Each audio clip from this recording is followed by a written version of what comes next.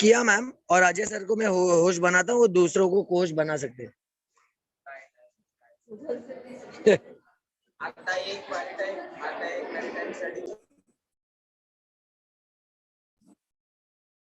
Okay.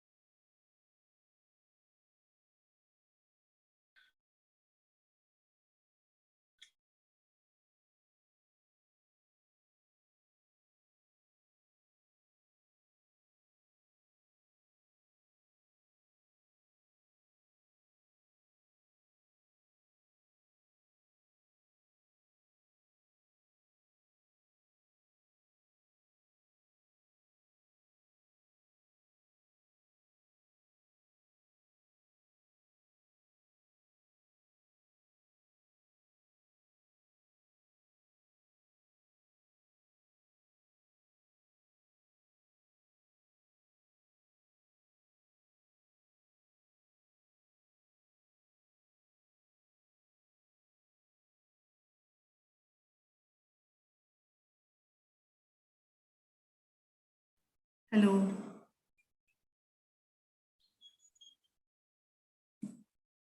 I think my net connection was disabled. Namo Namaha, Swagatam. I welcome you all in the third lecture of the series on New Dimensions of Sanskrit Research, organized by Department of Sanskrit, University of Mumbai. As we are aware, this lecture series is organized specifically for PhD and MA students to provide them direction towards research in Sanskrit. We had enriching and scholarly lectures by Professor Nirmala Kulkarni and Professor Vijay Pandya in this series. Today's session is on lexical tools of Sanskrit research. Sanskrit lexicography is yet another area for researchers, for students of Sanskrit. But in any kind of research, we can definitely use of lexical tools. We use lexicons while doing research.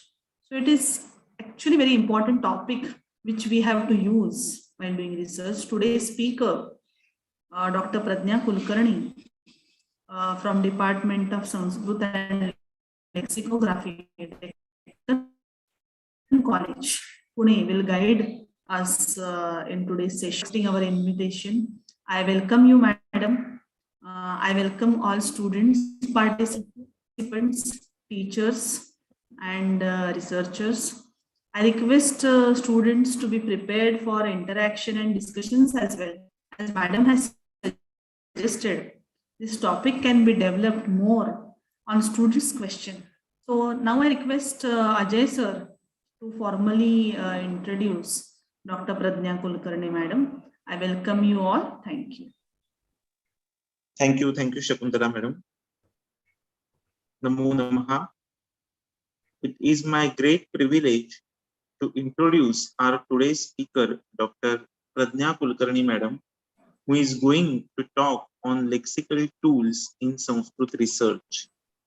Dr. Pradnya Kulkarni, madam, is working as an assistant professor in the Department of Sanskrit and Lexicography, Deccan College. She holds 2 degrees of post-graduation, MA in Sanskrit as well as MA in Linguistics. She holds PhD in Sanskrit. Many of her articles got published in leading newspapers and magazines. She has presented more than 25 research papers in national and international seminars. I request Dr. Pradnya Kulkarni, madam, to start her lecture. Thank you. Hello everyone, good afternoon. Mukhaṁ karoti vācālam pangum langhayate girim yat krupātamaham vande paramananda madhavam. At the outset, I would like to thank Mr. Ajay for those kind words in my introduction. I'm thankful to Dr. Shakuntala Gavde and Dr. Tazane, because they are the one who introduced me with this audience, and they gave me this opportunity to get connected with you. Today, we will be talking about the lexical tools in Sanskrit research. In the title itself, we can realize that these are two important things when we are doing research, and we are going to connect these two things, that is the lexical tools in Sanskrit and research in Sanskrit. So the word Sanskrit can be connected with the lexical tools, and it is connected with the research as well, research in the field of Sanskrit. Before we start talking about the actual topic, I would like to talk to you about the research in general, just in a few minutes, and then we will start talking about the lexical tools one can help while doing research.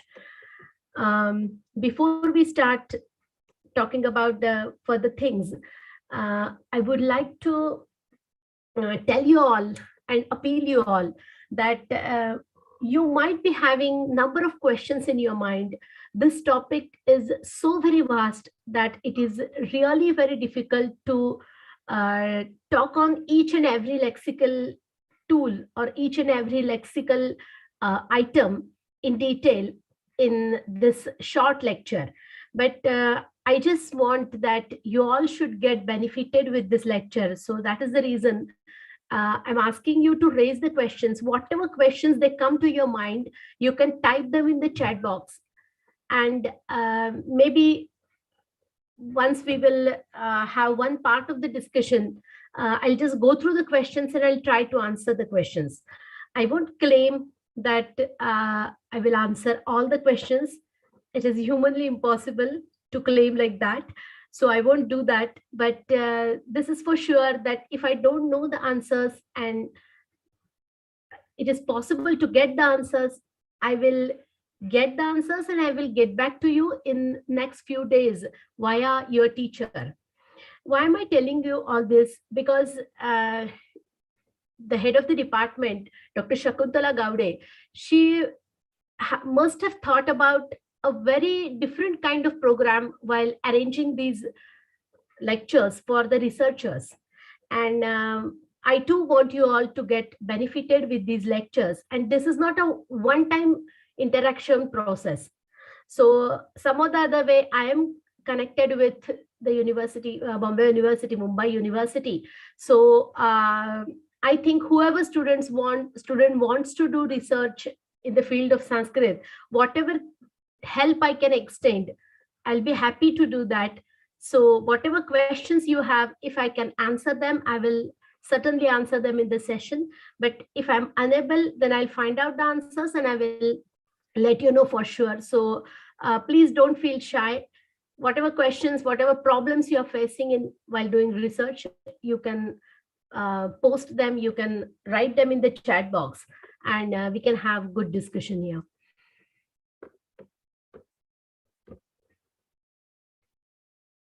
Okay, I was told that most of the audience is the PhD students or the MA students who are willing to do the dissertation.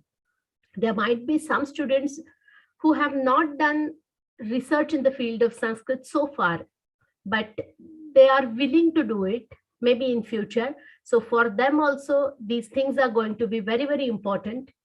And the very first step to research is once you decide the topic, what helps you to move further is the literature survey.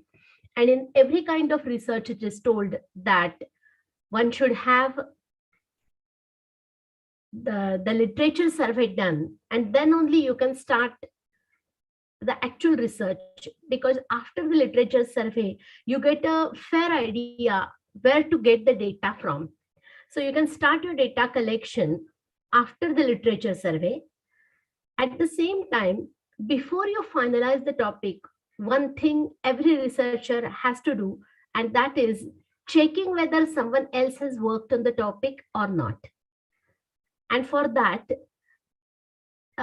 going through the literature in that particular area is very, very important. One more thing I would like to advise you, that if you face any problem in understanding the topic what I'm telling you, please let me know. We can have a bilingual lecture, and I can translate it in Marathi for you, because it will be easy.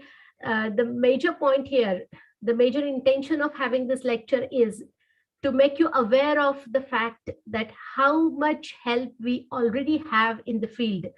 And we all want you to take the help from these lexicons, this lexical material, while doing your research. So understanding the point is more important rather than the language in which it is delivered. So if you are not comfortable, the majority of people are not comfortable, we can have the bilingual lecture. So the moment you feel like this, please let me know. Usually, while conducting the course on research methodology, we tell the students that every student, before starting his or her research, should prepare a research design, so that he is very much clear about what kind of things he is going to require, what exactly is his hypothesis, and to prove his hypothesis, what all material he is going to consult. So having the fair idea about all these things is very important before you start working on any topic. If someone else has worked already on that topic, can you have some different approach to the same topic and have a different kind of research and different kind of conclusions, results about the same topic after doing the research? So that also can be checked by having the literature survey. And while doing the literature survey, to start with, there are certain baby steps which are to be taken. And this lecture is going to help you to identify the lexicons, to identify the lexical material which is available in your field of research. Because even if we say that we are students of Sanskrit, there are certain specialized branches of study. And if your subject is related to 2 or 3 different branches of knowledge, then you have to consult the material, the lexical material in those particular branches of knowledge. So these are the very basic things a researcher should know before he or she starts working on the topic. Yeah, nowadays, what all we do is, whenever the topic comes to our mind or we think of working on certain topic, the very first thing we do is we Google that word, isn't it? And when we Google, we get a lot of information. Anything, even if some word with a wrong spelling, you Google, and you will get a lot of information, pages and pages of information. But every time relying on this information might not be good for you. This inauthentic information may distract you from the topic of your research. So the scholars, they always advise that don't rely on the online or whatever information you get in the digital era completely. Don't rely on it completely. But at the same time, there are certain apps which are very, very helpful while doing research, and which are there even for the people of Sanskrit, the researchers of Sanskrit. So do take advantage of these apps. And we are not going to discuss about these apps today, certainly, because our topic is something different. Then visiting the libraries and going to the libraries and checking the books cannot be replaced by any other source of material, even in the new era, especially for the topics which are dealt with in the field of Sanskrit. So don't rely on the online sources totally. Some of the things, they can be studied with the help of the digital resources. Like you can have the digital copies of the books, or you can have the digital copies of the manuscripts which you want to work on. But relying on these digital sources 100% is not a very good thing. So visiting the libraries cannot be avoided. Then always use the critical editions. I hope you all know about the critical editions and how they are prepared. So just in a couple of sentences, I'll explain how the critical editions are prepared, considering multiple manuscripts of the same text, which are found in different regions of India.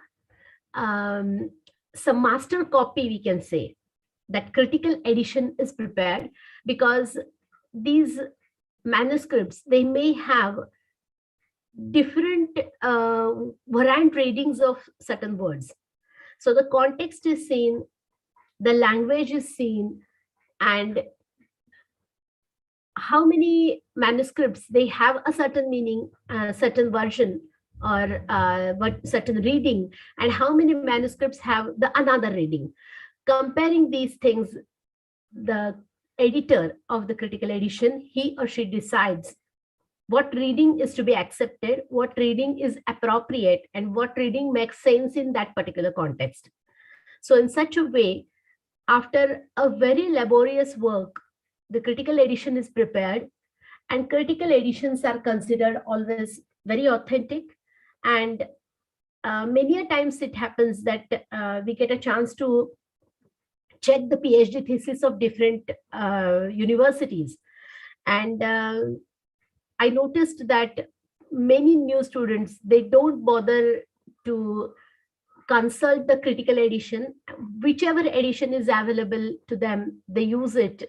And a few days back, I was checking one thesis, and that thesis was on some Puranas, and mainly it was on Bhavishya Purana. And there are certainly different editions of Bhavishya Purana which are available in the market. And the researcher, instead of going to the library or getting the proper authentic critical edition of Bhavishya Purana, the researcher used the pocket book of it. Intention of the editor while preparing that pocket book on Bhavishya Puran is totally different. Making the Bhavishya Puran available to the common readers is the intention behind preparing these small popular books. For a researcher, that kind of book will not help, that kind of book will not give the proper essence of what is there in the text. Even with the translation, same thing is done. Instead of using the scholarly translations, which might have a little heavy kind of language, the very popular, very simple and non-academic, because in spite of being academic, the books or the translations can be interesting and popular. But many a times the students, they choose the wrong translation. They go for the popular and non-academic translations, and obviously whatever inferences they get from after using that translation, they are really very different from the original text. So we should try to read the original text as long as possible, and we can take the help of the translations and the commentaries on it, but we cannot avoid reading the original text, and we cannot rely 100% on the popular or the pocket books which are available in the market. They might have edited, they might have dropped certain very important things in the text just to make the book small, make it a pocket book. So none of the researchers, they should follow this practice of using the pocket books. They should use the authentic, scholarly, edited and translated academic translations and the original texts. Then one more advice I would give to the new researchers, and that is, talk to the researchers in that particular field, or anyone any friend of yours, any teacher of yours who's having the analytical mind. Because especially with the researchers in the field of Sanskrit, this always happens, that the topics they choose, they might be very popular, and people may have certain things to say about that. For example, if someone is working on the incidents of Draupadi Vastraharan in the Mahabharata, and we all know what exactly had happened at the time of Draupadi Vastraharan. Even if the word Draupadi Vastraharan is used very commonly, if you look at the actual incidents which is elaborated, which is explained in Mahabharata, something like Vastraharan did not happen there. So this word has come out of an incidence which never happened, isn't it? But still the word is there. People might have written a lot about it. Whenever we imagine of this incidents, we always think of whatever version of Mahabharata which was used by the TV serial makers, and whatever they have shown, we always visualize in that context. But the text on Mahabharata, text of Mahabharata, it says something different. A researcher should not rely on all these sources, but he should always think about the original text, the critical edition, and whatever the critical edition contains, it should be considered as the authentic source. One student of my department, she was working on the personality of Krishna. And the personality of Krishna in Mahabharata, she said, then she realized that it is very vast. She has to read each and every stanza in the Mahabharata, and it wasn't possible for her to work on that PhD topic. So finally she changed it, and she thought that she will consider only the references from the 10th skanda of Bhagavata. Whatever impression we have about Krishna as God Krishna is totally different from how Krishna behaves in the 10th skanda of Bhagavata. So in that case, every time the teachers, they used to remind her that you have to think about the Krishna only in 10th skanda. So whatever popular literature you will get about Krishna, Krishna was this, Krishna was that, he was like this. For each and every sentence you utter, you have to give the evidences. If you will say that like Krishna was very kind and he was a very good friend, you should give some example, the actual citation and the text in which the citation comes. Otherwise, your research won't be very reliable and very authentic. So every time you make some statement, you have to supply the supporting citations or supporting evidences along with that statement. Then only it is accepted in the field of research. But in the field of devotion, bhakti, people can have their own feelings, they can have their own ideas, and they can talk about these ideas.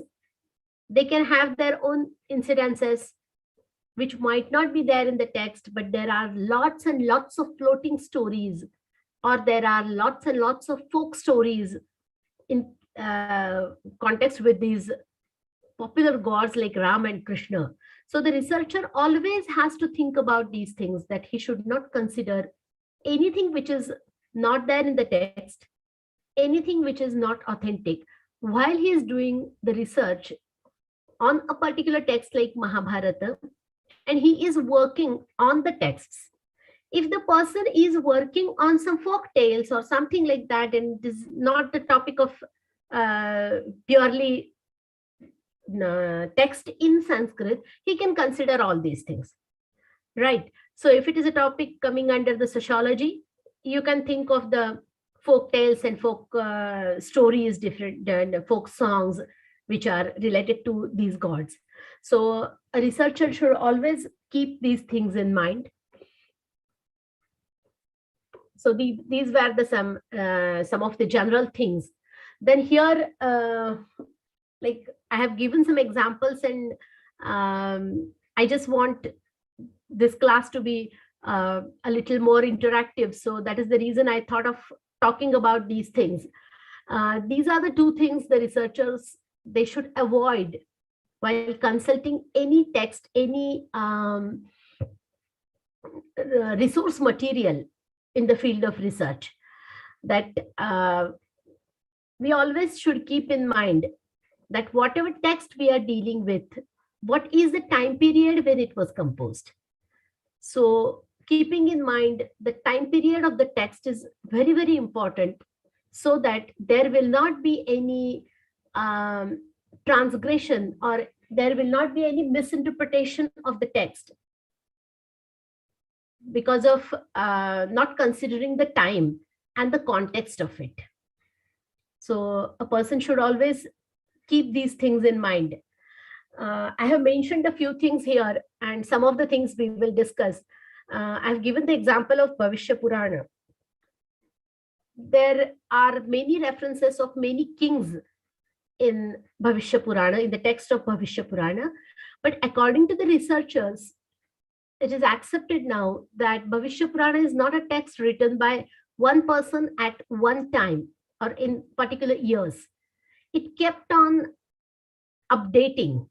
So lots of kings who were historically proved that their regime was after the period of Puranas, their names are there in the Bhavishya Purana.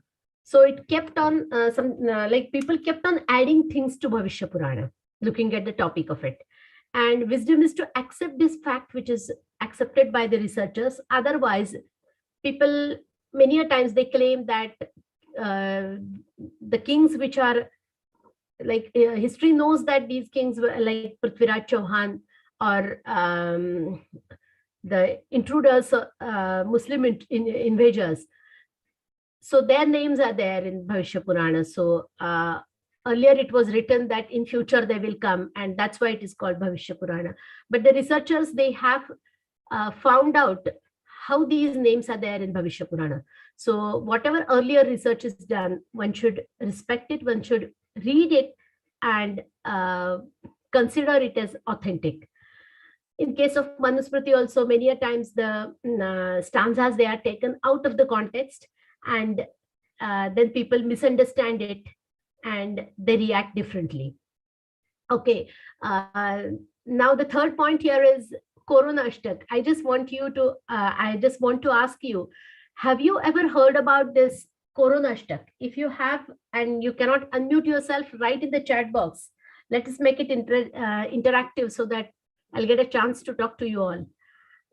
And you also will get a chance to participate in the conversation.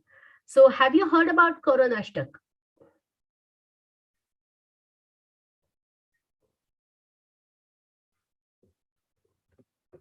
I can't see anything coming in the chat box. Okay, there is one message. Okay, Anita says yes. Geeta says no, and somebody else also said no. Shilpa says no. Okay, okay. So very few people we have who know about this Korona Ashtak.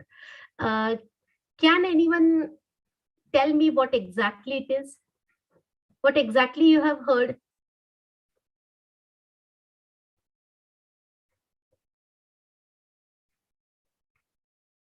Okay. There used to be a hymn for the destruction of Corona. Kriminasha Sukta. No. A few days back, a couple of years back, when this Corona thing came in, just after that, immediately after that, a few months after that, one post was widely circulated on WhatsApp. And first I No, Go Corona Go is a different story. It's altogether a different story. Better not to talk on that. This Koronashtak was like a Sanskrit verse, eight verses, I think. It was a group of 8 Sanskrit verses, which was circulated as a message on WhatsApp. And it was claimed that it existed in,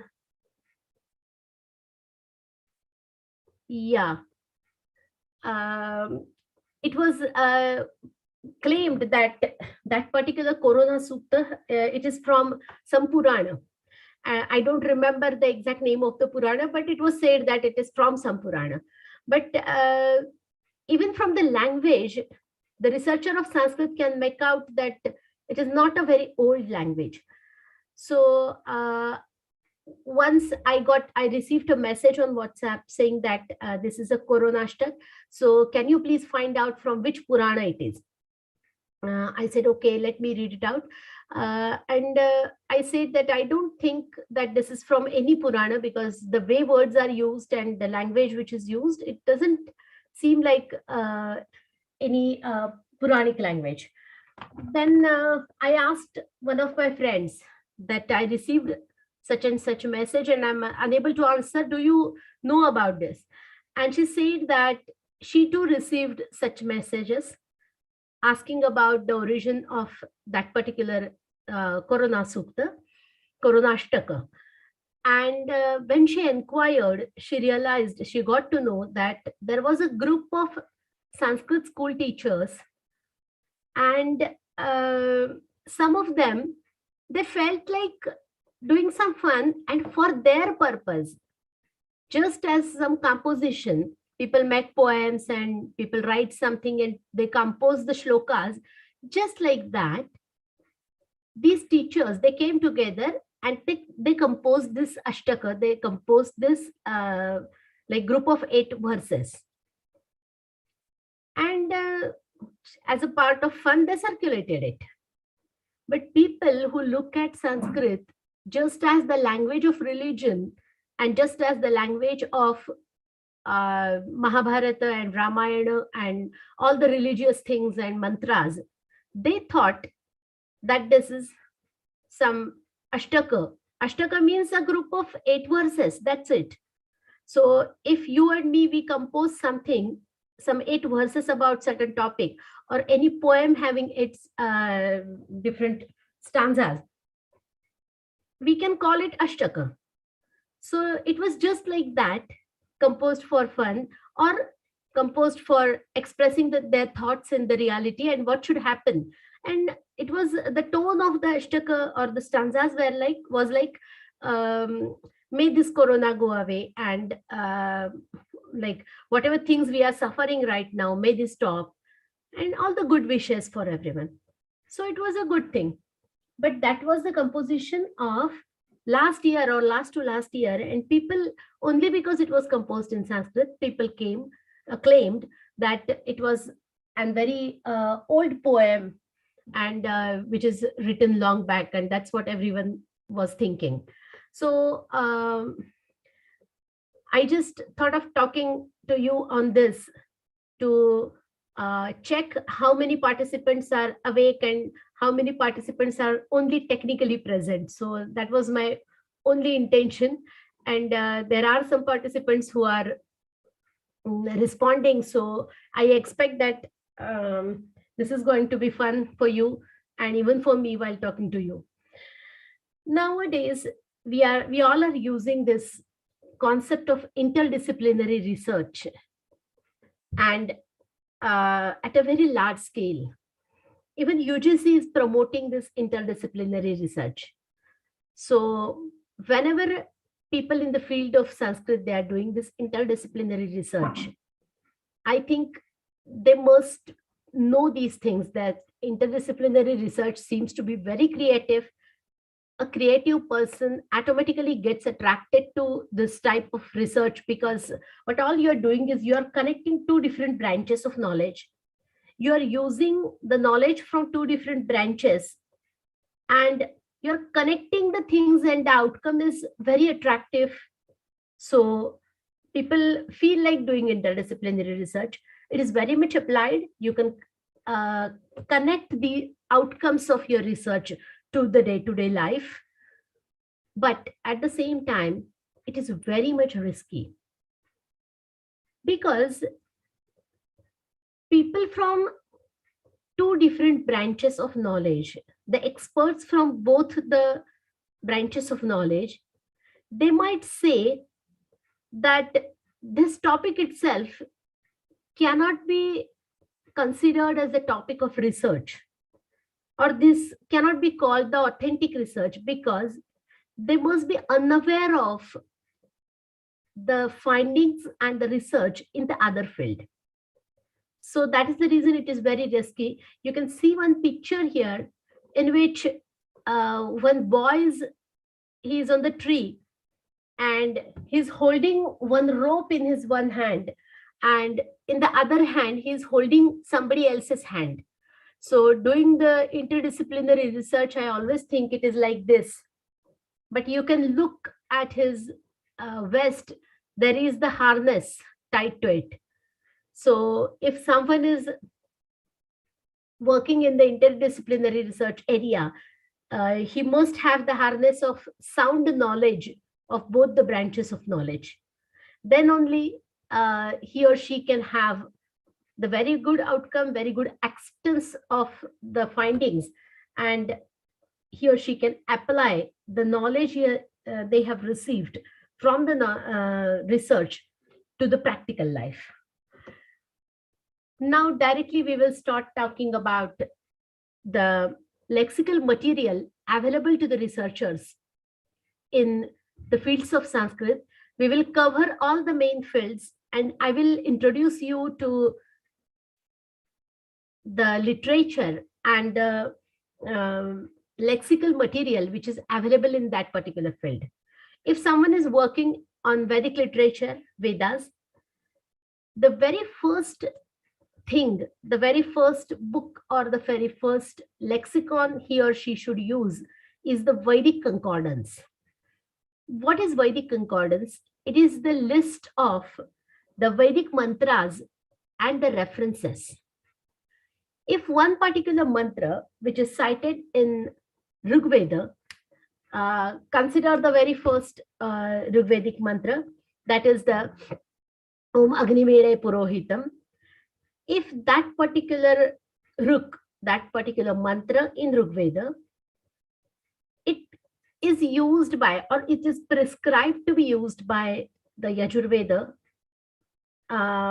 in a particular ritual, then that particular mantra in pratika form will come in Yajurveda.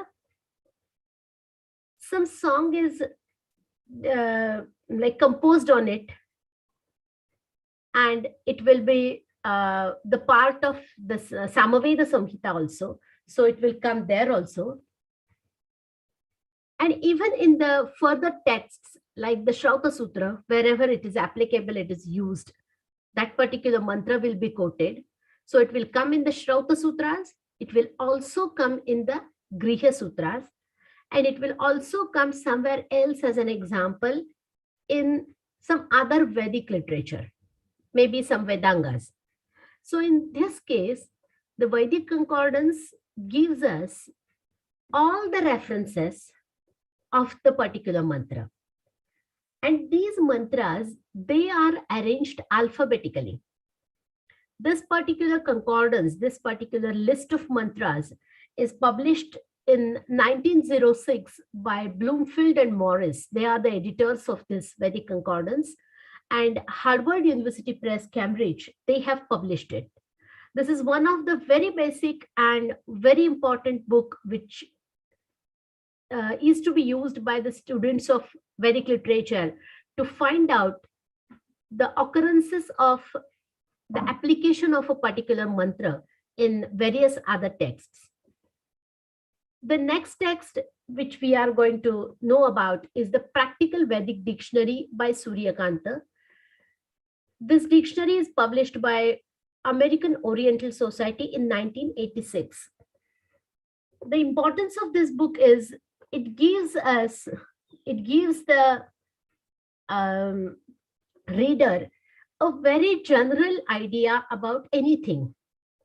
If a person wants to know about Agni Chayana, and if you will look at the entry of Agni Chayana in the Practical Vedic Dictionary, it gives you a very small paragraph about what is Agni Chayana, what are the references which the researcher should go and check for knowing the first occurrence of this word, and even the first occurrence of this concept, and all the places where this concept comes. So this Practical Vedic Dictionary is one of the very important lexicon while you are working in the field of Vedic ritual. Then this is one more text that is by Chitrabhanu Sen. Most of the books I have, for most of the books, I have taken the pictures and I have taken the first pages of the books just to give you the glimpse of how the book looks like, and who has published it, and all the information I have given, so that you can take the screenshot of this and you can find out the book if it is useful and relevant to your studies. So this is the Dictionary of the Vedic Rituals by Chitrabhanu Sen. And it considers the Samhitas texts and even the Griya Sutras. So whatever concepts are there in the Vedic ritual, concepts related to Vedic ritual, they are considered by this text. Okay, I have just tried to show you the entry of one word, Agnyadhiya, I think it is, but it is not possible for me to read it. I'll just try to enlarge it. And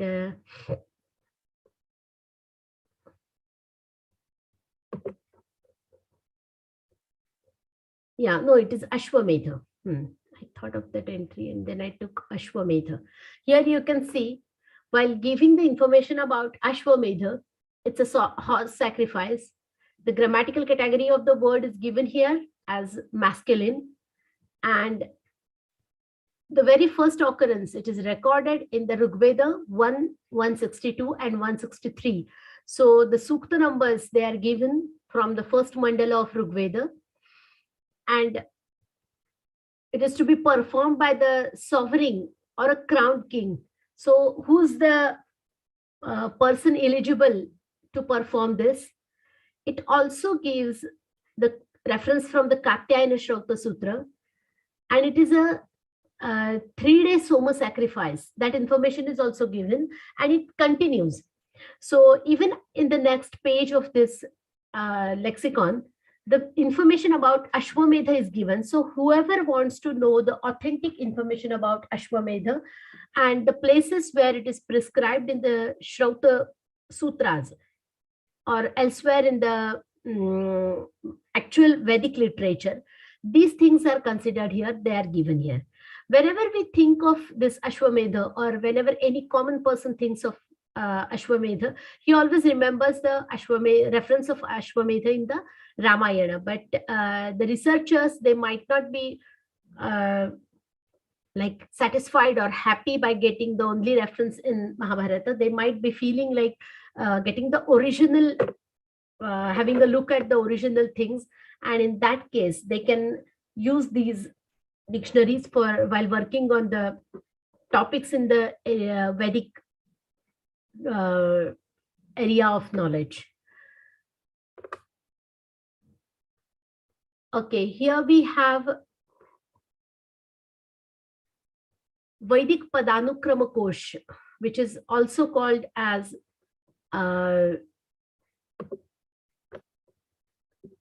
Vishwabandhu's, that is published by the Vishveshwarananda Vedic Research Institute. And the editor was Vishwabandhu, so it is known as Vishwabandhu Kosha also. So it is the Vedic Padanukrama Kosha, Vedic Word Concordance. Just like the Mantra Concordance, this is the Word Concordance, and This is one of the very, very important works a person in the field of Vedic studies should use. Okay, someone says here that please unmute me. Dr. Shakuntala, is it possible for me to unmute this person, or we need to ask someone? Yes, you can, madam. Okay, let me check. Can anyone guide me, please? Yeah. Otherwise, Sapna madam, can you do, please? एक minute हाँ check करो. Please. Is the speed okay? Are you all okay with the speed and the content, and the language, or I should change it? मुझे अंडे वाला burger, मुझे अंडे वाला burger, मुझे अंडे वाला burger. Okay.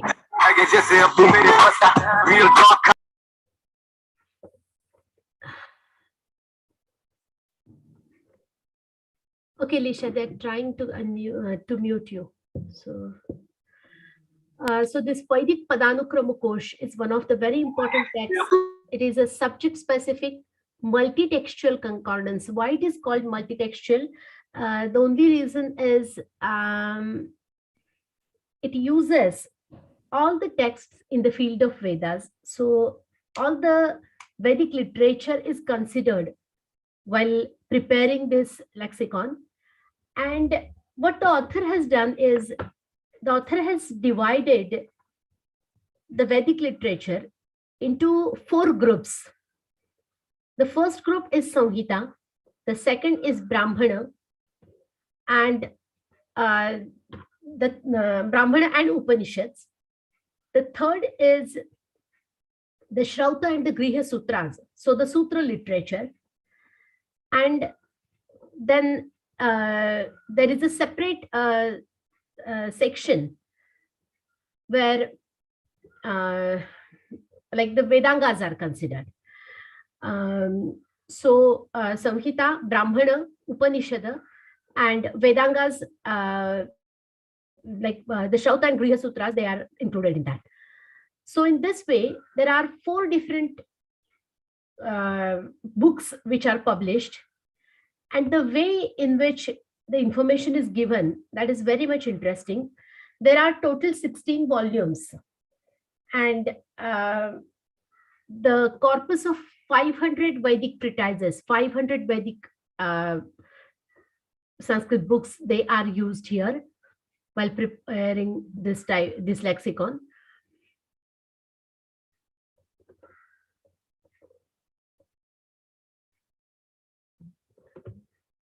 The ancillary literature, that is also considered here, and 25 main heads of basic texts, they are considered while preparing this lexicon. Let me explain you how to look at this lexicon and what are the peculiarities of this. Volume 1 of it, it contains Samhitas and Khila Suktas. It comes in the 6 parts. Volume 2 is Brahmanas and Aranyakas. 3 is Upanishads, and 4 is Vedangas. And common master index of entire Vedic vocabulary, it comes in 2 parts. And the 2 parts are ab initio and ab ultimo. So what is ab initio and what is ab ultimo? I'll be explaining with the examples. I'll be showing you the actual pages of the Vishwabandhu Kosha. Ab initio is the words are arranged from the first letters. So alphabetical arrangement is done in the ab initio volume, and in ab ultimo, the last part of the word is considered and then the words are arranged. So if there are many words in which they are compound words, and the second member of the compound, the last member of the compound is udaka, first member may be anything, but the last member is udaka, then that particular word will be arranged at the place of k as the last sound is k, the last character is k. So we will look at the actual part of the text and then things will be clear to you. The beauty of this work is it gives the references wherever that particular word comes. For example, we are looking for the word Agni. Then wherever Agni word comes, all the references are listed out. If it comes 4 times, 5 times in Apastamba Shrauta Sutra, 17 times in some other text, all the references, they are listed out. Each and every reference is listed out. So we get all the references at a time with this index. And there are certain symbols which are used in the text, and the footnotes are given at the bottom of the page. By and large, there are 11 to 12 footnotes on each page. They are numbered A, B, C, D like that. And these footnotes, they contain lot of information about the phonetics, phonology, etymology of the word, grammar of the word, accent, even about the meter. If the word changes its accent in 2 different texts or 2 different kind of accent is seen in the text, that is marked here. Then it talks about meter, morphology, semantics, everything is covered while giving these footnotes. So one should not think that it is just the word index and it gives you the references of the words and that's it. No, it's not like that. It gives many more things than the actual words and their references. Okay, I can see some messages here. Okay, better to ignore them.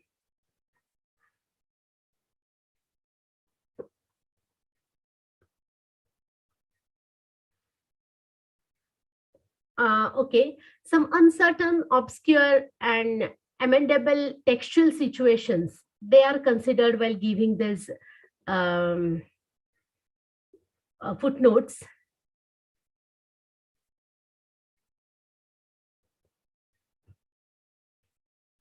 Okay, my PPT is in editable mode because I don't have the latest version of Zoom. And even if I change the PPTs, they won't change. So that is why I have kept it in the editable mode. And that's why you can see some other things coming on in the PPT. But here I have explained the proper way to use this lexicon, because many a times it happens that the very first thing is people generally, they don't know about these lexicons. We are working in the lexicographical project, and as a part of our work, we have to visit these lexicons every now and then. So we all are surrounded by the lexicons in the library where we sit for work. So we have to visit these.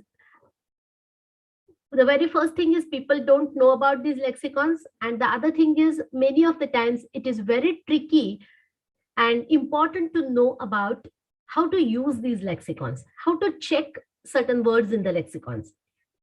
And for this particular lexicon, Vishwabandhu Kosh, one has to see the consolidated index first.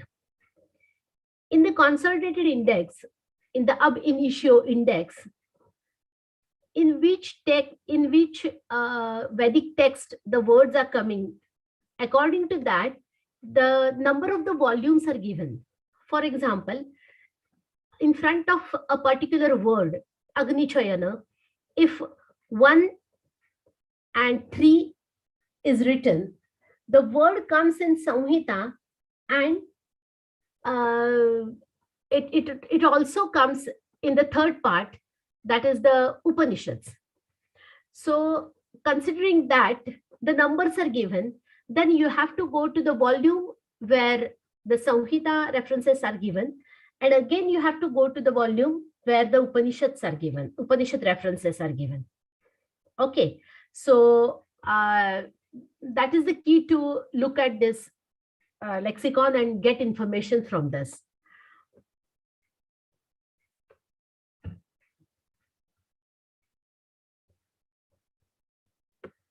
Okay, here's the first page of the Vedic index of names and subjects. I'm sorry, just give me a minute. I have the pages of the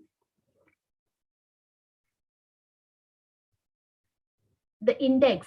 So just give me a minute. I will bring them here on the screen so that it will be visible for you all.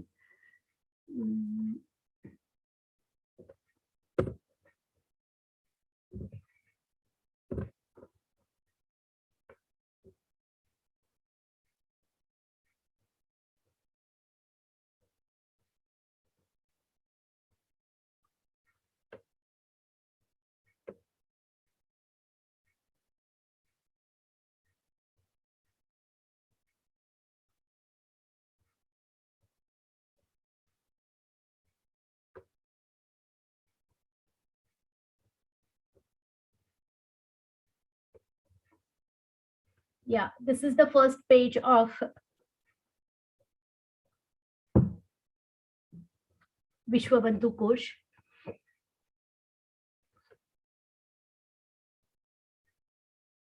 Then we also have the index, which I want to show you. See here, you can see that I just enlarge. Yeah, see here, you can see the word Anutirtha comes in 4, that is in the 4th section only.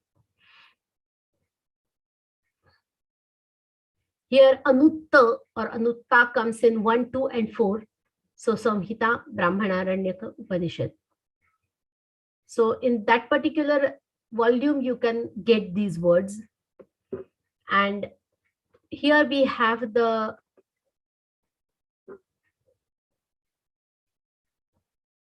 reverse index of ultimo. Look here, Gandhodaka, Tilamishra Gandhodaka, Satila Gandhodaka. These are the words which are coming in the Vedic texts, and they are arranged in such a way that the second part of the compound word and the last letters, they are considered while arranging these words in the alphabetical order. So this is a very peculiar thing which we find in the Vishwabandhu Vedic Padana Kramakosh. So this is one of the important lexicons.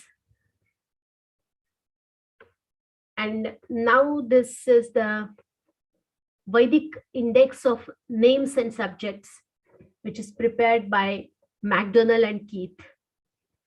This again is very important when people are working on some specific concept in the Vedic literature.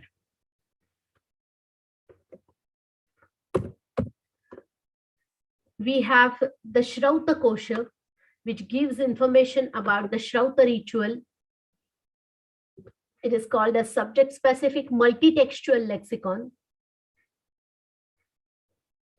So anything about Vedic sacrifice and Vedic ritual can be obtained here. It can be seen in this lexicon.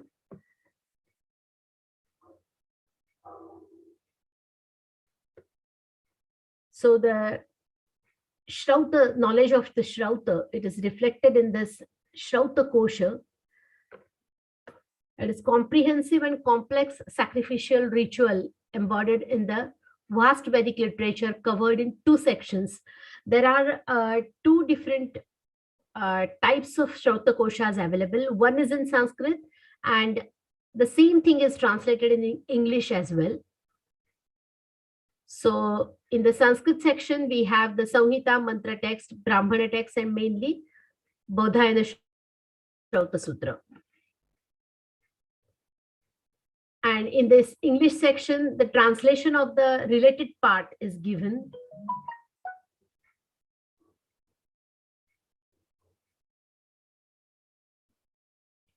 Yeah, these are the things which are covered in the Sanskrit section. So, Haviriyagas, Pitrumedha, Go Pitruyaga, Agnishtoma, basic Soma Yaga, Atyagnishtoma. These are the things which are covered in those particular volumes. Yeah, how to find information from this? And the key to find the information in many of the lexicons is, see here for Shrauta Kosha, there are two types of indices. One is the index which is given in the beginning, which gives you the information about the topics which are covered and the sequence in which these topics are covered. So the index, the contents page given in the initial pages of these lexicon, that is the key to find out the particular yaga or particular ritual which you want to know about, and then you can go directly to that particular part. Another thing to reach to the information you are looking for is the Sanskrit word list at the end. So the very first thing is the researcher should know about the lexicon, and the researcher should also learn to know how to use the lexicon. So many a times we are hardly aware of the facts, what all information the lexicons they give us. Many of us might have used the Update dictionary. But what do? We just have something in our mind, we have some query, we go to the dictionary, we check that particular word in the alphabetical order, we find it out, we see the meaning, we see the usage, and that's it. But Update dictionary gives 8 different types of indices, appendices. And these appendices which are given at the end of the dictionary, they provide a lot of information which a researcher can use. And that particular information is very, very authentic. So like we always should consider the appendices given in the lexicons and this lexical material. Okay, before we head towards the lexicons and lexical material which is available in the for reading the Mahabharata and Ramayana, I have something missed over here, and that is the Vedic bibliography. Okay, this is the Vedic bibliography. This is a very specific kind of lexical item, which lexicon, I would say, which helps us to know many, many things.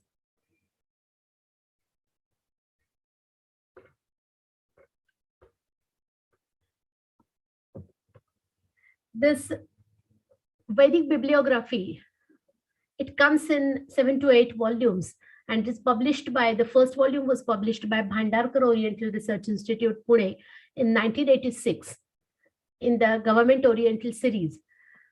And all these volumes, they provide a lot of material. If someone wants to do the literature survey on a particular topic, these volumes are to be visited, because see here you can see how and how the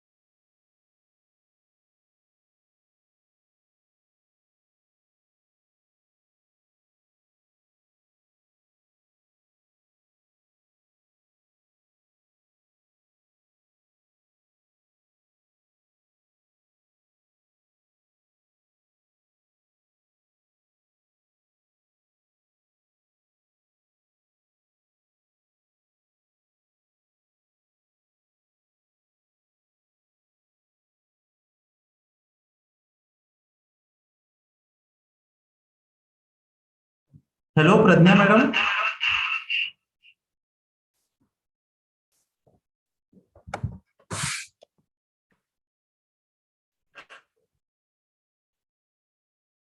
Hello, Pradnya madam.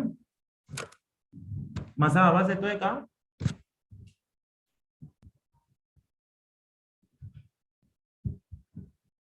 Post नाही. Post केलं नाही. एक minute.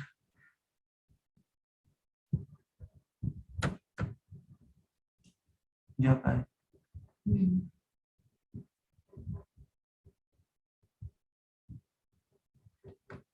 प्रज्ञा madam तुम्ही unmute करू शकाल का? मी तुम्हाला host केलंय, को होस्ट केलंय. ओके, हा आता झालं. माझं अनम्यूट होत नव्हतं. हा हा हा. Okay okay. ठीक आहे. सो शॅल वी कंटिन्यू? हो हो हो, तुम्ही कंटिन्यू करू शकता. या, share the screen. See, here you can see in the initial pages, it is given that what all things are covered here.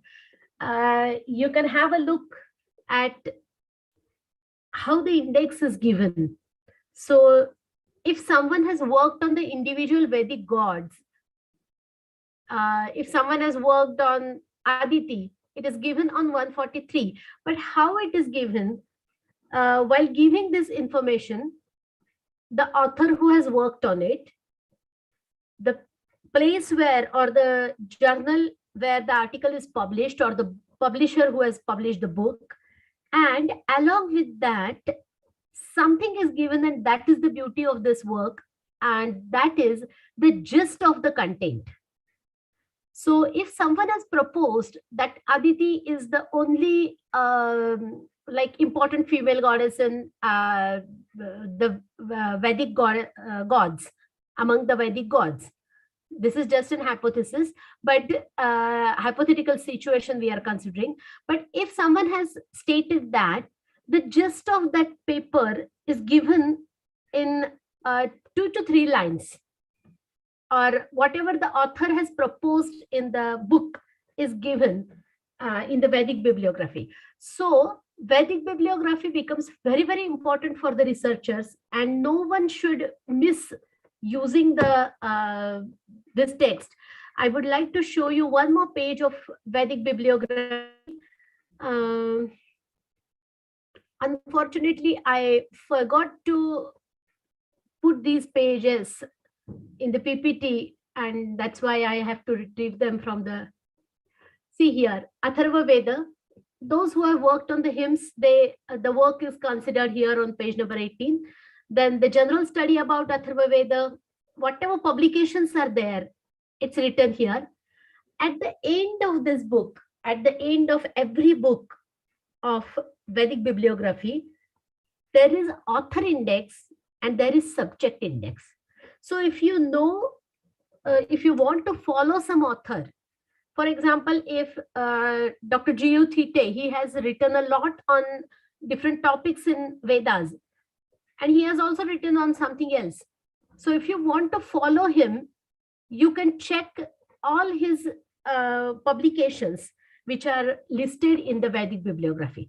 If someone wants to follow Professor A.M. Ghadge, who was a linguist and Sanskritist, so if someone wants to follow him, or someone wants to follow M.A. Mehendare, you can read all his articles, and not the articles, but gist of the article and where you can get the article.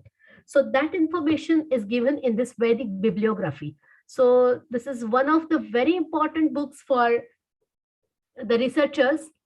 And I think each and every researcher who's starting the research in the field of Sanskrit, it might not be the research in the field of Vedic, or the branch of knowledge might not be Vedic, you should see this book. And this will give you a fair idea what all people have done so far. Many a times it happens that people are confused while deciding their topics. They have no idea where to get the topic from. And many such students, they come to the guides and they ask, Madam, please give us the topic. So in such a situation, I always tell the students, if they are the students of Veda, go and see Vedic bibliography. Even if they are not the students of Veda, there are lots of sections. Some people, they have worked on the sociological aspect, which is reflected in the Vedic literature. So that also is listed here. So I ask students to visit this book, and then they get the idea how to phrase the topic, how to get the topic, and how to start thinking about the topic. Now we will look at the lexicons related to epics and Puranas. The very first important work is Mahabharata Pratika Index. Then we have Bharatiya Charitra Kosh. It is also called Prachin Bharatiya Charitra Kosh. Then we have the Bharata Kosha, and we have the Kalidasa Paryaya Kosha. There are lots and lots of other texts and lexicons, but we will talk about these lexicons quickly, and then we will see what all information is left.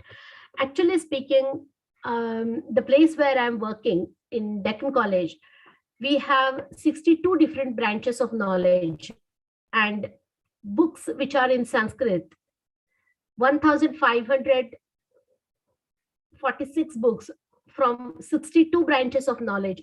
They are selected for preparing the dictionary. It's a dictionary project. So even if I will talk about each and every branch of knowledge and the lexical works in that, it will be a lecture series, and I won't be able to complete it in one lecture. So that is the reason I told you initially that here we have the time-bound format of 2 hours for the lecture.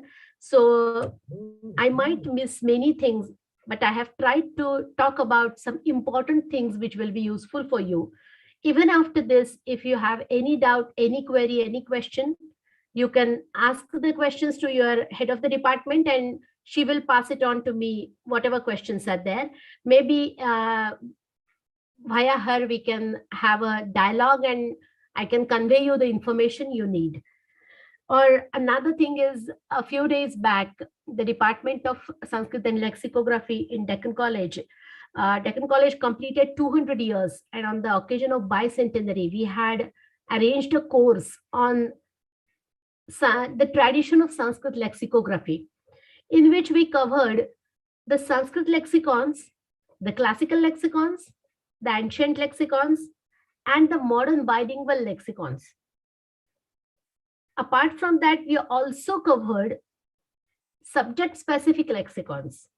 And whatever 4 or 5 lexicons we have seen so far in this lecture, we had separate lectures on each and every lexicon, talking about the methodology these lexicographers have followed, the way in which they have given the information, the tactics and the patterns and the methods they have used.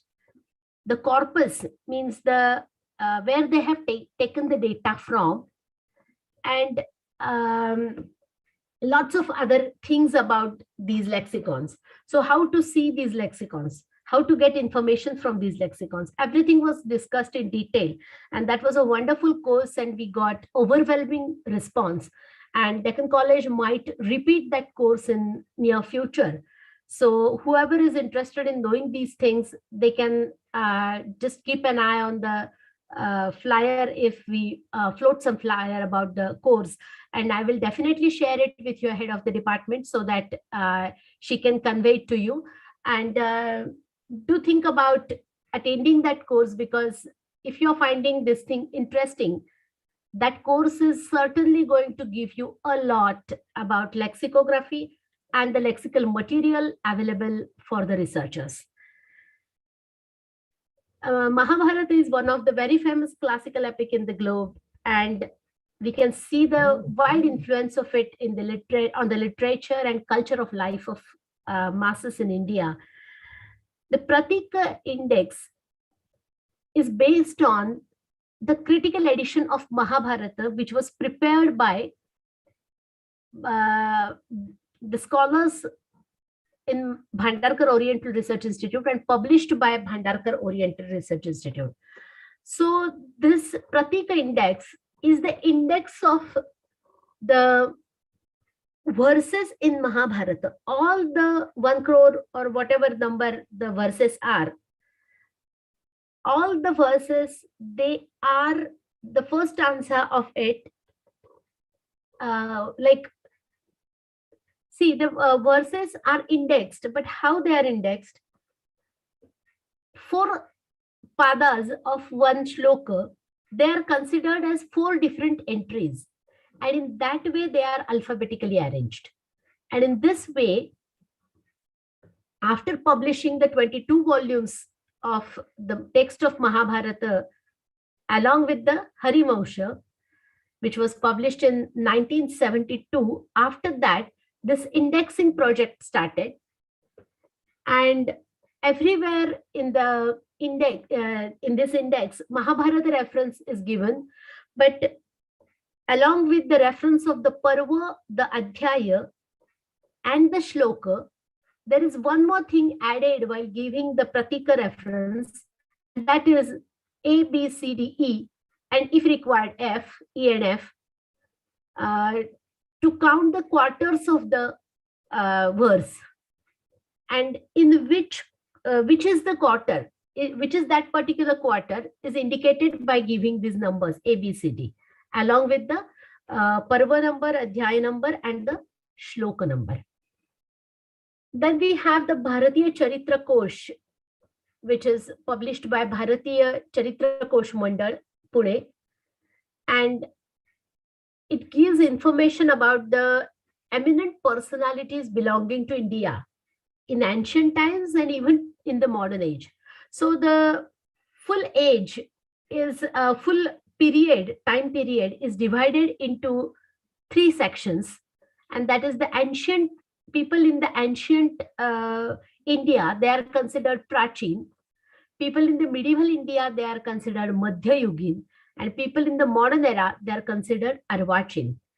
And all the information about these people that is given in this Bharatiya Charitra Kosh.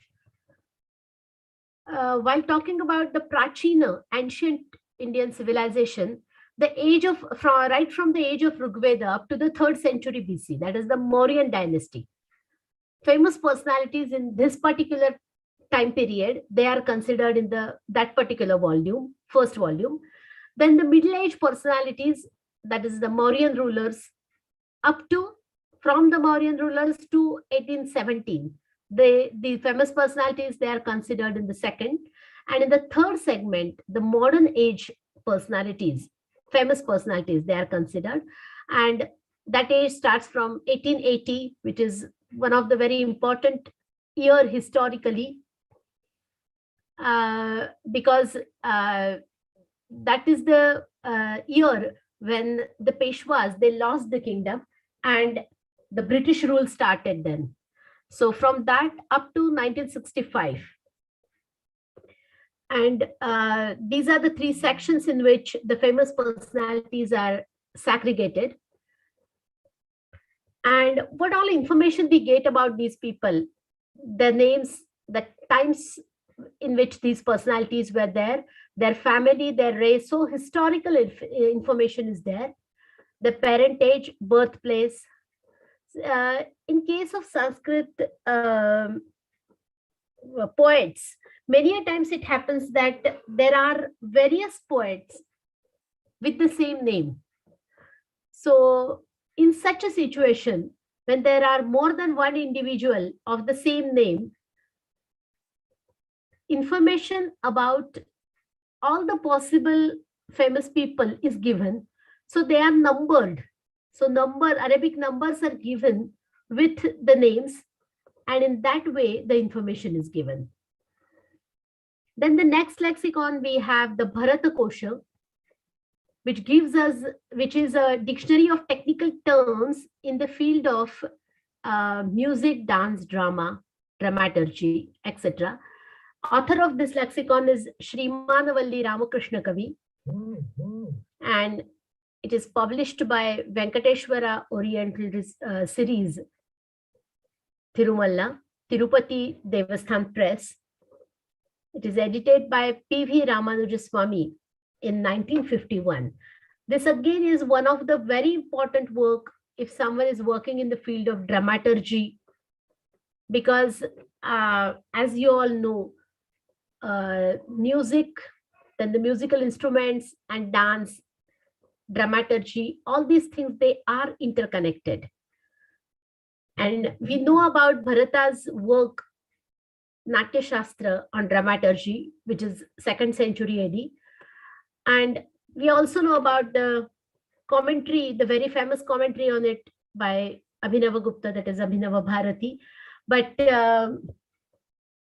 this particular text, this particular lexical work, Bharata Kosha, it gives all the information together, because many a times it happens that Bharata in his Natya Shastra, which is composed in 2nd century AD, has said something about a particular topic. For example, consider Tala. Bharata talks about Tala, and the latter musicians or latter scholars who write texts on music, that is maybe Sangeeta Ratnakar or Sangeeta Makaranda, the authors of these texts, they also have written something on Tala. So Bharata Kosha at a glance gives you all the information which is related to Tala, which comes in the ancient texts.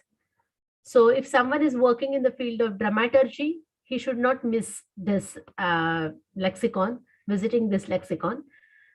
Very small concept. See, here I have taken the example of Pushpanjali, and it is given there that Pushpanjali Samaye Pathana Shlokaha. And the author who has composed that is Hammira. He has composed that particular shloka, which is even used nowadays at the time of Pushpanjali at the beginning of the dance form, any dance form. And that particular shloka is composed by Hammira, comes in the text Shrungarahara. So that information we can get immediately. Who's the composer of this particular stanza, or what is the text in which this comes? So every information you can get in Bharata Kosha. One more lexicon, which is Natya Shastra Vishwakosha, Encyclopedia of Natya Shastra, which is composed by Radhavallabh Tripathi ji, is one of the wonderful works. And a person working in the field of dramaturgy or dance or music should not miss. Actually, he cannot miss this text. It is composed by single author Radhavallabh Tripathi ji, and it comes in 2 volumes. The new print of it is there in the market nowadays. So while preparing Natya Shastra Vishwakosha, on the bicentenary occasion, when Deccan College arranged the course in the tradition of Sanskrit lexicons, I happened to meet Radhavallabh Tripathi ji, and I happened to interview him. And that time I realized many more things about this Natya Shastra Vishwakosha and the pains he has taken while preparing this, because he has consulted more than 100 books on right from prosody and right from the literature. He has considered texts on Sangeeta, Nritya, Natya, and all the aspects of Natya Shastra. So whatever different topics are considered and discussed by Natya Shastra, if they are coming in different texts, different other texts, or there are some other texts written after Natya Shastra on that particular topic, he has considered everything. He has given the references. So exhaustive articles are there in Encyclopedia of Natya Shastra by Radhavallabh Tripathi ji. So this is one of the wonderful books, one of the wonderful encyclopedias. And even if you are not working in the field of Natya Shastra, one should visit this and one should see this book definitely. It comes in 2 volumes. Then we have Kalidasa Paryaya Kosha. This is another wonderful lexicon. A person working in the field of literature should not miss this. The term Paryaya here denotes synonymy, Samanarthakata. In case of Sanskrit, the idea of synonymy is a little different from whatever idea of synonymy we have in English. According to English, there are no exact synonyms, but we do have the lexicons giving the synonymous words. We also have the lexicons giving the anekarthata, that is the polysemous words. And we also have some lexicons like Vaijayanti Kosha, giving both the things in two different sections. As the Vaijayanti Kosha is divided into two sections, one section gives the synonymous words, Samanarthaka Shabda, and the other section gives the Anekartha Shabda, as polysemous words. This Kalidasa Paryaya Kosha is composed by Tribhuvananath Shukla. He's a retired professor from the Department of Hindi and Linguistics at the Rani Durgavati University, Jabalpur, MP. And what he has done, what he has given in this Kalidasa Paryaya Kosha is, I've given here the publisher, the Pratibha Prakashan, 2008, and it is coming in 2 volumes. This is a technical information, but interesting thing is to know what all it gives. And it gives the synonyms of the words which come from Raghuvamsha in volume 1. The total 291 words are taken for the purpose of showing the synonymous numbering. So synonymous words are given.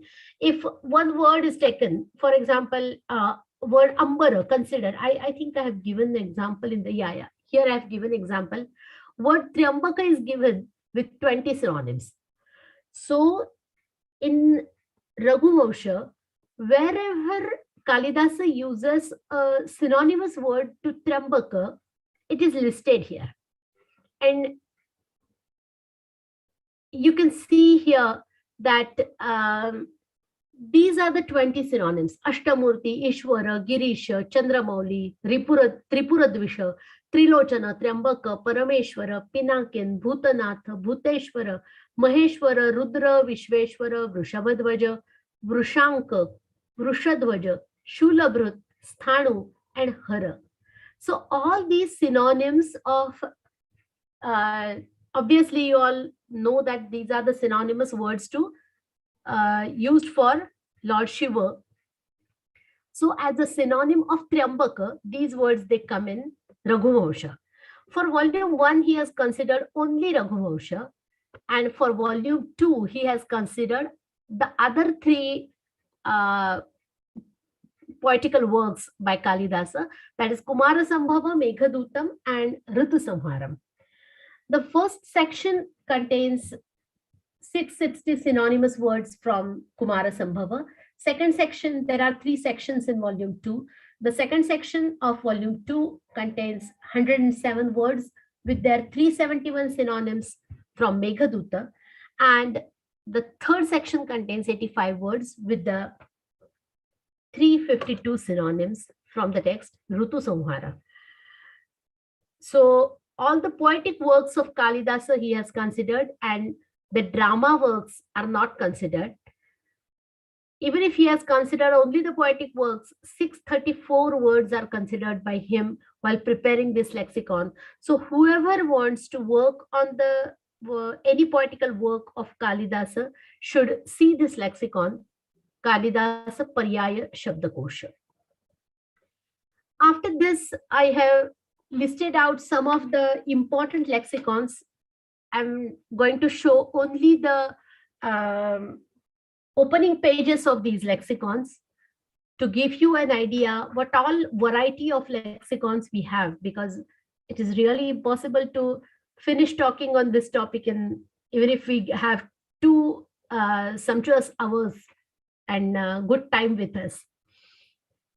Okay, the Pada index of the Valmiki Ramayana. We saw the Pada index of Mahabharata as Pratika index. Similarly, we have the Pada index of the Valmiki Ramayana, and that is edited by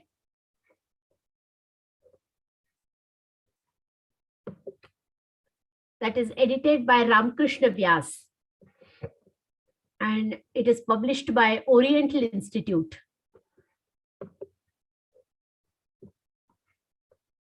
at Vadodara. Okay, this is the way the index is given by index of or the index of Ramayana verses is given by this text, this lexical work.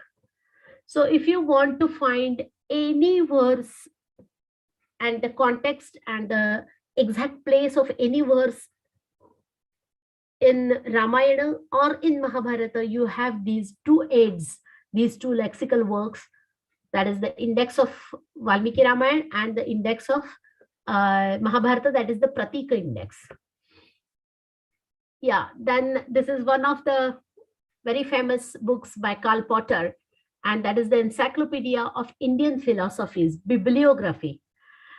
This book, the contents page of it will give you a fair idea what all this book gives about, it talks about. We have seen the contents page of the Vedic bibliography. On the same lines, if you want to see or know what all texts are composed by people on yoga, on Sankhya, on Purva Mimamsa, or on Sautrantika Buddhism or Abhidharma Buddhism, you can get the names of the texts in this lexicon. And that is the reason this encyclopedia of Indian philosophies is very, very important text, though for those who are working on darshanas or any other texts in the field of philosophy. This is the Pradnya Pathshala Mandal Granthamala published book, Mimamsa Kosha, that comes in 2 parts. So all the concepts in Mimamsa, they are discussed here. See here, from the content page only you will get to know what all things are covered here.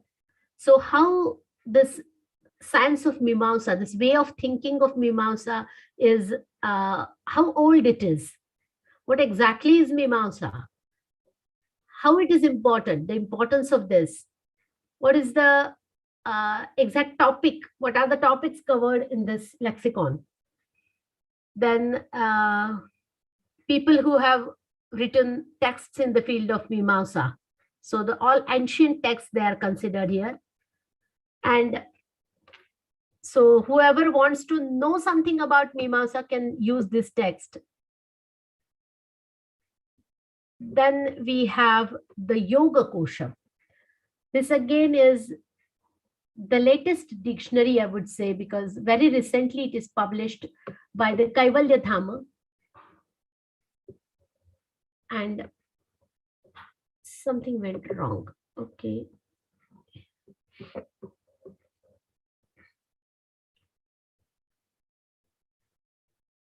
Yeah, this is the Yoga Kosha. And Kaivalya Dhamma Samiti, Lonavla, they have published this. Philosophical Literary Research Department of Kaivalya Dham, they have edited this. The first edition came in 1972, but the latest edition came in 2017. So they have updated and upgraded the information. So minimum 4 editions they are published here. And it's a very small work of 370 pages, so only 1 volume. And for preparation of this yoga dictionary, 37 different texts are used, yoga texts are used. There are 1,800 entries from these texts and additional entries from the other texts also they are given. Every entry is explained along with the reference to the context in which it comes. And this is the way it is given. I haven't given this information for all the lexicons. Otherwise, I don't think I would have talked about more than 2 to 3 lexicons. So see here, we can see the entry of Viparyaya. This is the way it is given, what Patanjali says about it, and what the other texts say about it. It is given in like the abridged form, it is given in the precise form. For yoga, we have many more texts, and this is the text. This dictionary by Ernst Wood is one of the old dictionaries which gives a very basic idea of about yoga. So I won't recommend this yoga dictionary for the people who are working in the field of yoga, but I would recommend this dictionary, this lexical work, to those who want to know about yoga, but they are working on some other topic, because very basic things are given in this dictionary, but they are given for those who are working in some other branch of knowledge and they want to know about yoga. This is published by Pilgrims Publishing, Varanasi. Ernst Wood is the author, and 2008 it is published. A very small work of 187 pages. Yeah, there is one more work which is Yoga Concordance. So those who are working in the field of yoga, they can use this Yoga Concordance. This again is published by the Kaivalya Dham Samiti Lonavala, the same people who have published the Yoga Kosha. So, but this work is a very relatively large work which comes in 7 volumes, and it is based on 70 texts, while Yoga Kosha is based on 37 texts. We have seen that. Then we'll just rapidly see what all texts on the other topics we have. This is Yoga Shabda Kosha by Subhasha Vidyalankar. Then here we have the Dictionary of Nyaya Terms, which is, this is the latest dictionary published in 2001, because before this we had the Nyaya Kosha. That was the only dictionary which was available. And this dictionary of, Nyaya Terms, the terms are given in Sanskrit and the explanation is given in English, and this is prepared by the director, the former director of Center of Advanced Studies in Sanskrit, University of Pune, Professor V.N. Jha. Then we have this Dictionary of Advaita Vedanta. See, even if someone is working in the field of Darshana, there are lots and lots of dictionaries and lexical works. The only thing is, mostly the researchers are unaware of these dictionaries, and that is the reason they don't use it. If they use this, lot of time will be saved, because ready-made referencing they will get, many references they will get ready-made. Where to look for the topics, this thirst will be pacified. Here we have the Advaita Shabdartha Manjusha, words used in the field of Advaita Vedanta, they are listed here. We have the Vishishta Advaita Kosh.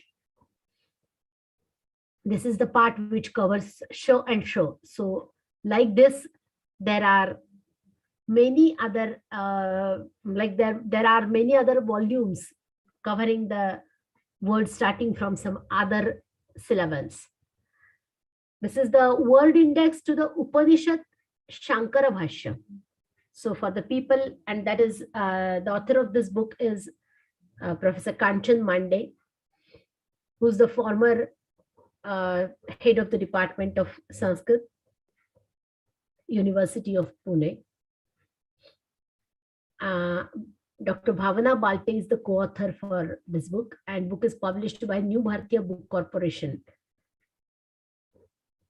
It comes in 4 volumes, Word Index to the Upanishad Shankara Bhashya, one of the very best works and voluminous works done by 2 ladies.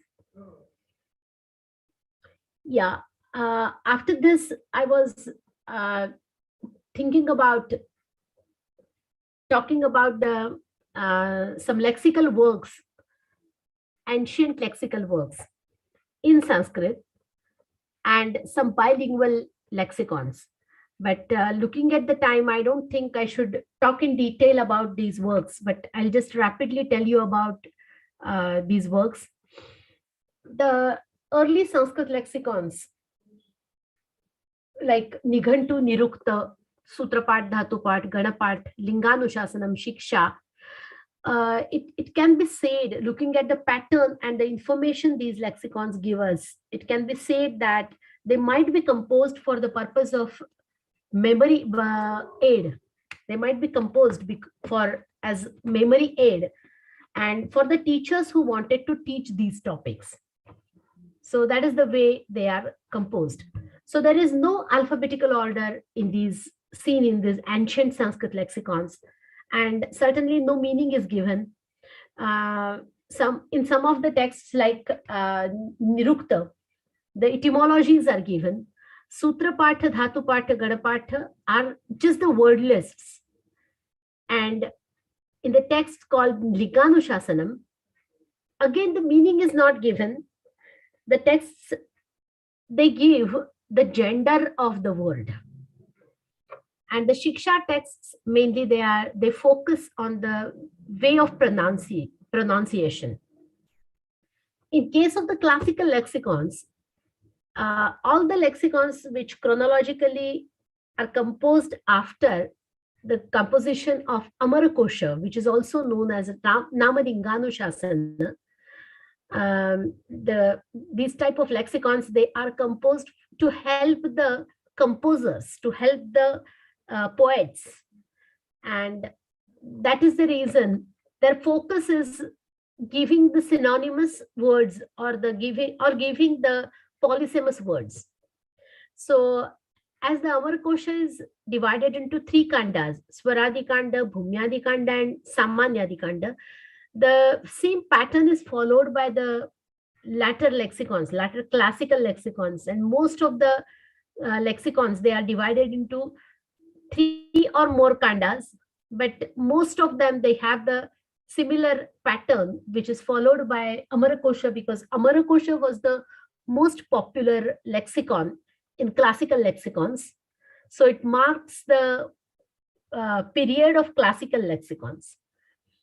And many other classical lexicographers, they have followed the pathway of Amarakosha, and they have composed many lexicons in that fashion.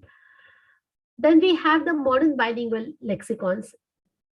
So these modern bilingual lexicons, they are arranged in the alphabetical order. They give etymology, they give meaning of the words, and this lexicography was considered as a branch of knowledge when these lexicons were prepared.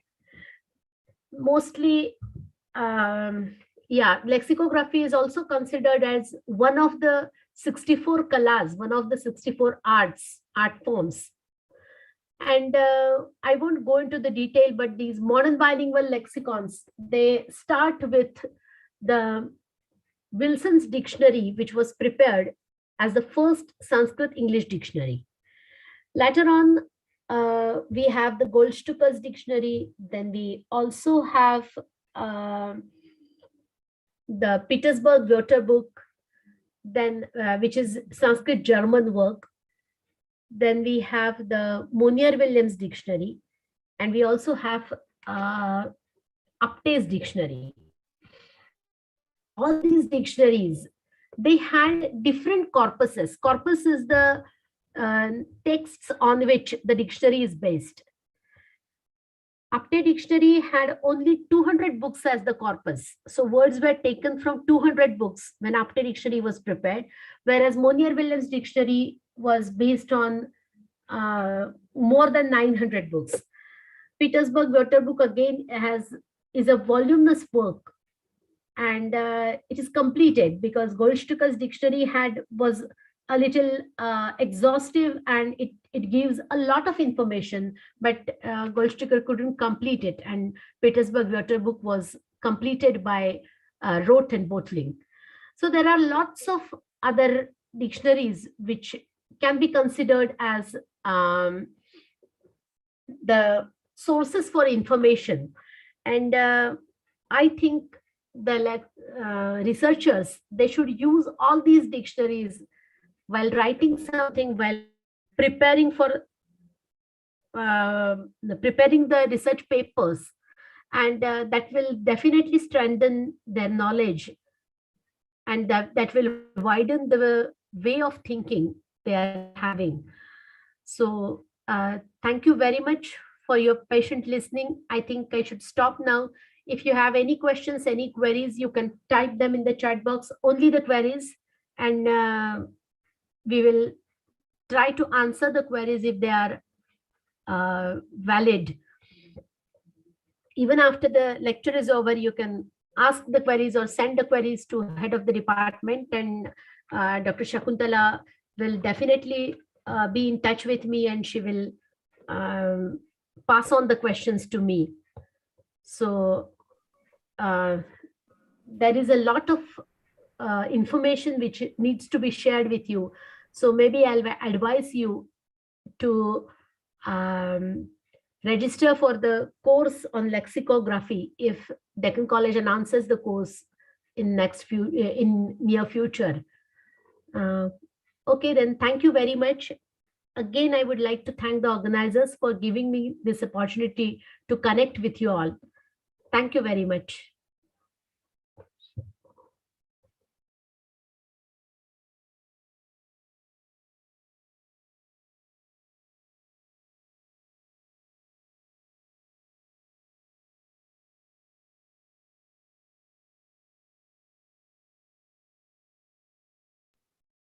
त्यांना co-host पण केलं.